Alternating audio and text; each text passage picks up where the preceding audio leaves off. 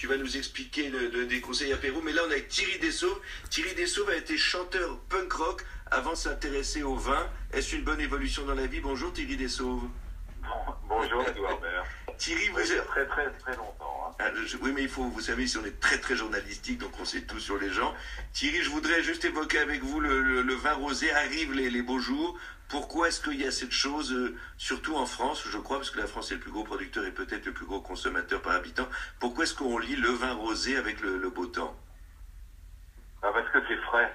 C'est frais, ça sent bon, ça goûte bien, et ça se boit tout seul. Et surtout, c'est pas compliqué à comprendre. Et tous les autres vins, il faut presque avoir fait des études pour arriver à les décrypter. Le rosé, il suffit de faire confiance à son nez, éviter tous les rosés qui sentent la fraise tagada ou le vernis à ongles, et puis d'apprécier les autres. Voilà, c'est pas compliqué. Alors quand même, d'habitude, quand quelqu'un vous dit « moi, mon vin, il faut le boire très frais avec 3 glaçons », ça veut dire qu'on cherche parfois à masquer un peu le goût, non? Déjà, quand on met 3 glaçons dans son vin, soit il y a beaucoup de sucre et ça rafraîchit un peu, ce qui n'est pas le cas de la plupart des rosés, soit ça rajoute de l'eau à l'eau, donc c'est pas idéal. Après, très frais, oui, c'est vrai que les rosés, c'est comme les vins blancs, ça a une acidité naturelle. Cette acidité, elle est révélée par la fraîcheur. Donc, un bon rosé, il ne faut pas le boire glacé, il faut le boire à 8-10 degrés. C'est quoi comme raisin qui fait du vin rosé? Alors, si vous aimez les bulles, le rosé à bulles, c'est souvent des raisins blancs en Champagne qui sont mélangés avec un peu de raisin rouge, du pinot noir qui est vinifié en rouge. Mais pour tous les autres rosés, le rosé de Provence ou les rosés de Corse ou du Languedoc, c'est essentiellement des raisins rouges qui ont du jus blanc. Vous savez que tous les raisins, ils ont du jus blanc. Et donc, ils sont pressés de manière douce pour extraire que le jus et teinter un tout petit peu. C'est la peau qui donne la couleur. Donc, on teinte un tout petit peu, mais on laisse surtout pas les peaux en contact avec le jus parce que sinon, ça devient rouge. Alors Thierry Dessauves, je vous demande maintenant un peu d'expertise en savoir-vivre. Je suis là, comment boire mon rosé, dans quelle situation, habillé comment, quel est l'idéal? Alors l'idéal, déjà, c'est de le boire frais, on l'a dit. Alors après, on le sort du frigo, qu'est-ce que vous appelez frais? Il était où Alors, vous le sortez du frigo, vous le mettez pas au congélo parce que ça casse les arômes et généralement vous ne sentez plus rien. Le mieux, c'est de le mettre quand même d'abord c'est très chic, le mettre dans un seau plein d'eau avec des glaçons. C'est quand même comme ça qu'il se rafraîchira le plus tranquillement et le plus sereinement. D'accord, donc la phrase « Tiens les copains, j'ai du rosé au frais », elle fonctionne. Absolument. On part de là. Oui. Ensuite, on l'apporte où cette bouteille de rosé? Est-ce qu'il faut un extérieur forcément? Est-ce qu'il faut une vue sur une étendue aquatique, piscine, mer, voire baignoire ou douche pour ceux qui... Non, alors parce qu'il y a...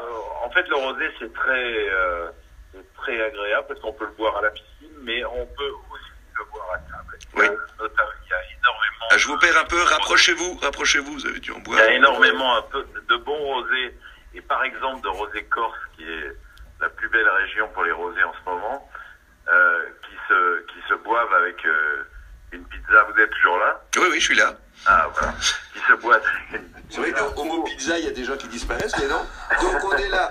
Oui, avec des poissons grillés, donc des rougets de roche, si vous voulez être beaucoup plus fin et élégant, ça va très bien.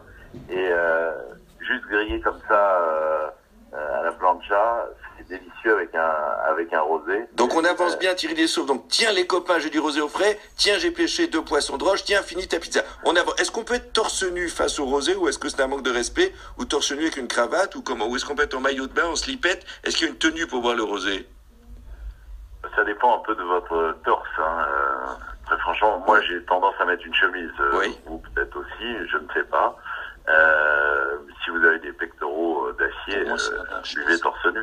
Torse nu, mais suivant... C'est pas compliqué, encore une fois, le rosé. Vous n'avez pas de code particulier. On parle pas d'un Pauillac ou d'un Chambertin Claude Bèze, etc. Donc vous pouvez le boire dans à peu près toutes les conditions. Pourquoi ça met de bonne humeur? Pourquoi les gens à l'évocation du rosé disent Alors ça met de bonne humeur jusqu'à un certain point parce que il y a beaucoup de mauvais rosés qui sont soit trop soufrés, là ça fout un mal de tête infernal, soit qui sont avec une acidité et une amertume puissante et ça vous sort un peu le gosier. Donc il faut encore une fois goûter les bons rosés. En faisant une petite pub comme ça, nous on a une application gratuite qui s'appelle Grand Testing que vous pouvez télécharger où on a goûté des milliers et des milliers de rosés. Donc il y a des notes à peu près sur tous les rosés que vous pouvez qu'on peut voir. Il faut mettre combien pour boire un rosé correct? Plutôt 10 € que 5. Plutôt 10 € que 5. Nous terminons cette conversation sur cette phrase. Merci infiniment Thierry Dessauves d'avoir été l'ambassadeur de ce vin particulier. Et puis quel vin à 8h30 du matin, c'est montrer évidemment un enthousiasme pour la vie qui se perd de nos jours. Merci Thierry. À très bientôt. À très bientôt. On retrouve tout de suite Scotch.